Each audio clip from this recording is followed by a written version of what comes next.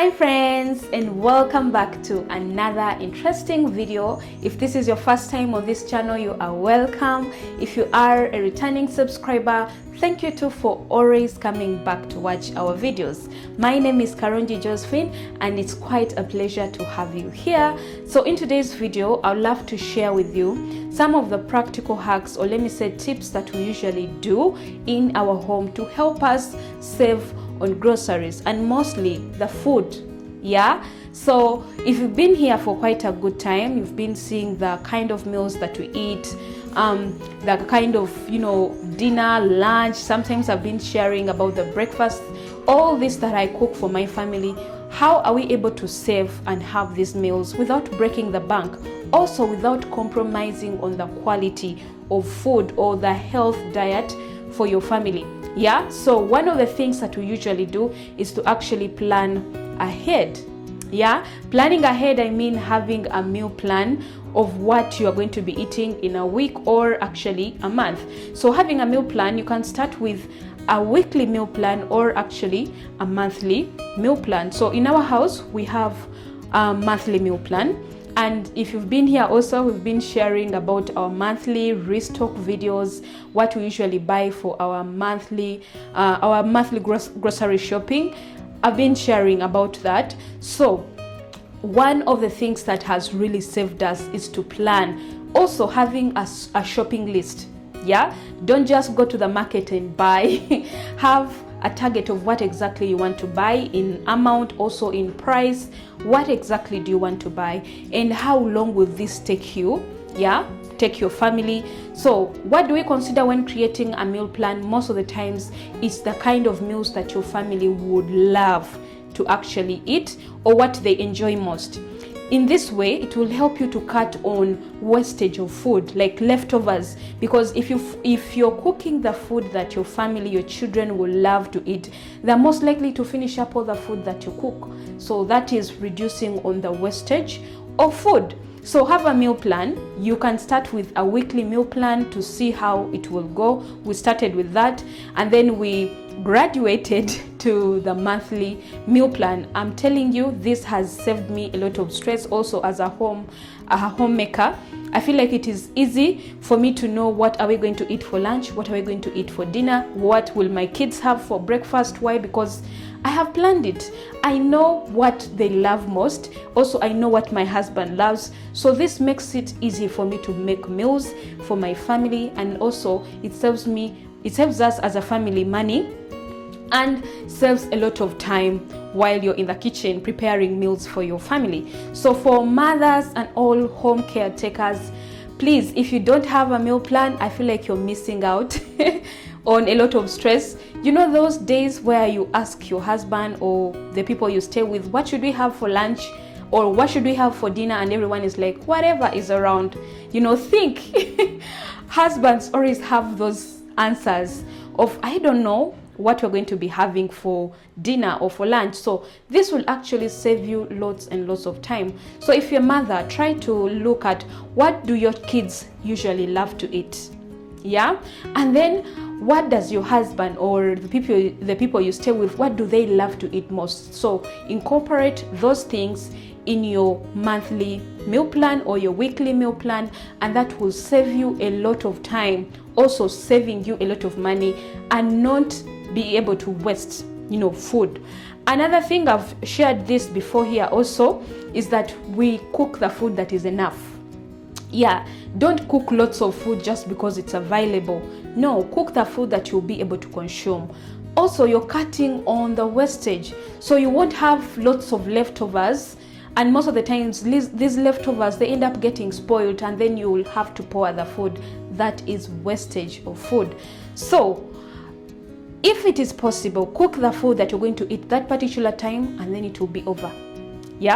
So that has saved us lots on our grocery shopping. I mean, saving on our grocery. Most of the times I cook the food that we're going to eat that very night, and then it's done.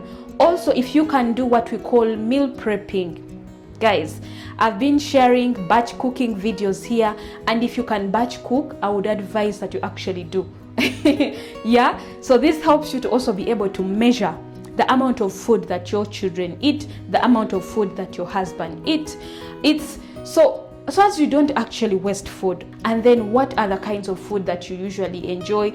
So batch cooking will also save you time, especially for working mothers, for people who don't want to spend a lot of time in the kitchen. If you can batch cook and do freezer meals, trust me, this will help you and save you lots of time, especially in the kitchen. So another thing that we do in our home to help us save on the groceries, or let me say food, is to actually buy things in bulk. Guys, like most of the times, the things that we buy in bulk have saved us a lot of money than the things we buy, in small quantities. So let me say, I'm a mom right now. We have a 1-year-old and is still using diapers. And I figured if I buy diapers in bulk, it actually saves us more than when we buy in small quantities. So if you have a baby, buy diapers in bulk and save, because most of the times these bulk products or things that you buy in bulk, they come with discounts on them. And that's a bonus for someone who wants to actually save money on groceries or things that you actually use in your household. So also things like the dry food, things like rice, beans. Actually, one of you shared here that we should be having, bags of rice. We are yet to graduate on that, but I've realized that if I buy rice that will take us a month, that is saving us. If I buy beans that will be able to take us a month, that is saving us. So look at dry foods like flour, like rice, like beans, peas that you can keep for quite a long time. All these actually will not only save you time, but they will also save you money, because as I've said, most of the times when you buy in bulk, you're given discounts which you can't get when you buy in small quantities. So buy things in bulk. It will also save you from the stress. For the things that you can't buy, the fresh things, let me say like the tomatoes, the onions, the carrots, all these things, if you can't buy them in bulk, I would advise that you plan for them. Also, it will help you to know how much money you spend on your fresh foods. So most of the times it's the planning. It all starts with the planning, and then how you buy these things. You have a shopping list. Also, another thing that we do, we don't buy our things from one shop, or let me say one market. No. So right now what I've discovered is that I go to different shops, or let me say markets, to compare the prices and then see what will help us to actually be able to save. So walk around as you're going to do your shopping. Let me say your monthly shopping, or maybe your weekly shopping. Go out and compare the prices and see which one is a good deal for us. Which one will be able to work for you. So that is what we usually do most of the times. So I know that if I buy tomatoes in this particular place, I'll be able to save. So you'll realize that buying tomatoes in the supermarkets is actually more expensive than when you go to the local markets. So look out for the places where you can get good deals, compare these prices, and then you see and then choose which of these will actually be able to help you save on your grocery. So another thing that we've been doing at home is to actually be able to do our own snacks at home, and most of the times healthy snacks. So if you are able to do this, buy fruits, cut these fruits, and then store them in your fridge. Do things like nuts. I've been frying nuts of late. My kids love nuts. So I fry them at home and then store them in a certain container. So if they want to snack, their snacks are available. So most of the times, this also saves us a lot of time than us having to buy snacks from outside. Biscuits, all these other. And most of the times you realize that the snacks we buy from outside are most of the times unhealthy snacks. So we've been doing juice at home. Buy those mangoes, buy those oranges, buy all the things that you need to make juice at home. And let me tell you, this is actually the healthiest option. Do these things at your home because you know what is in those drinks. At least you know. And also these things that we do in our home, they are fresh and they do not have preservatives in them. So health-wise, you're saving your family from having unhealthy juices, yeah, but also it is saving you lots and lots of money. So I've shared one of the videos here where I do juice prep for a week for my family. So this has also saved us lots of money, but also health wise it has been a game changer for me. Now that when my kids want to take juice, I know what to do. Like, we always have the juice in the fridge, so that way it saves us on money, and I love doing it for my family. So I pray and hope that you also try it, give it a try.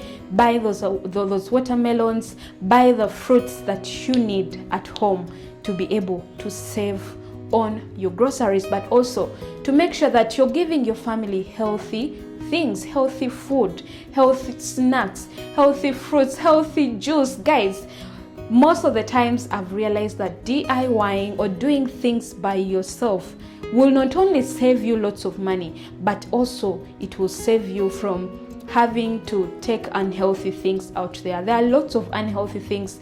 I don't know what is happening in this generation that we are in, but there's so many unhealthy foods out there, and we need to be very cautious. And guess what? The unhealthy food is the one that is even more expensive. And also, talking about snacks, yeah, of late I've been learning how to do baking. So I'm really learning. I'm trying to make sure that I find the opportunities that I can tap in as a mom or as a homemaker to make sure that we save some money, yeah, in our home. Now that we have a cooker that has a very nice oven, I can do baking, yeah. So I've been trying and testing out different things to make sure that we can actually have homemade bread, and it's sweet and healthy. Guys, I'm going to be sharing more details in one of the coming videos, also doing some cupcakes and all these other things, saving us from having to, you know, buy all these things from outside if we can actually do them at home. Another hack that we've been actually doing is to also make sure that you're shopping when you're not hungry, yeah. So this will save you from having to do what we call impulse spending, yeah. You're not buying because of the feeling that you have at the moment. So before you go to buy, this is a trick actually, guys. Make sure that you've eaten and that your body is not yearning for, you know, having these crazy cravings. Yeah, most of the times if you go to buy or to do shopping when you're hungry, most of the times you'll end up buying the things that you don't need, and that means going overboard or over your shopping list. So most of the times what stops us from, you know, sticking to our shopping list is because we go shopping when we are hungry. And when you're hungry, your mind will have to actually spot the things that will entice the body because it's hungry, it's craving to eat. So whatever you see is nice is what your mind will tell you to actually buy. So feed your body first and then do the shopping. This will help you not to do what we call impulse spending. You won't end up buying things that you're not going to use or things that you're not going to eat, yeah. That is one of the hacks that is helping me, because most of the times I'm actually the one who does the shopping, the monthly shopping at home, yeah. So my husband usually does it once in a while when he's around. Sometimes we go together, but most of the times it is me that does the monthly grocery shopping, and I love doing it for my family actually. Grow your own food, especially if you have a garden around your home or you have a place where you can actually grow some, you know, vegetables.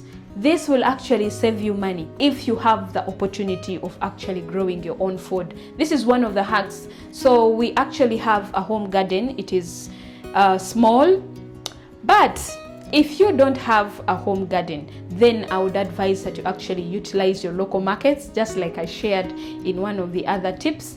Use the local markets. It is cheaper to buy fresh produce from those places because it is affordable, guys. It's affordable. So if you have a place where you can do some simple gardening, then that is one of the hacks that will help you to save on your food or actually groceries. So another thing, find good storage containers, yeah, for food. So let me say you have leftovers, because sometimes it will be unavoidable to have leftovers in a home. So the days where you have leftovers, store this food in good good containers, good storage containers, and then store the food in your fridge. It will help to preserve this food until when you'll have to need it, warm it up, and then repurpose these leftovers. Don't pour food. So while actually growing up, we were told spoiling or pouring food is something very, very bad, because there's so many hungry people out there.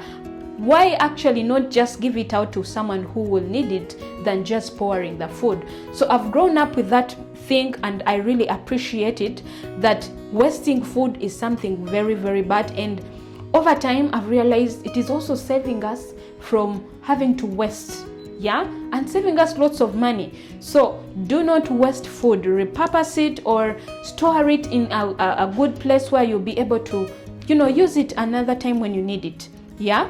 So that is one of the hacks that is helping us to actually save on our grocery, or let me say food in a home. So another thing that we usually do is to also avoid getting food from outside, that is eating from restaurants, all these fancy places. Get me? Well, I'm not saying that it is bad, but most of the times we prefer having home cooked meals.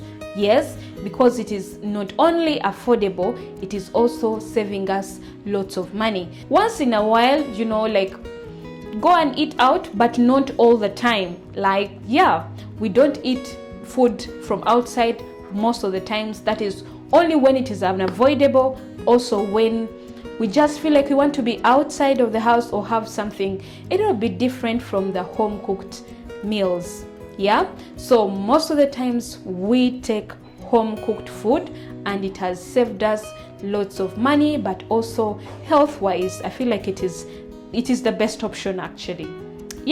So those are the tips that I would share with you. If there is any that I have left out, kindly share it in the comment section. I'll be so glad to learn from you as well.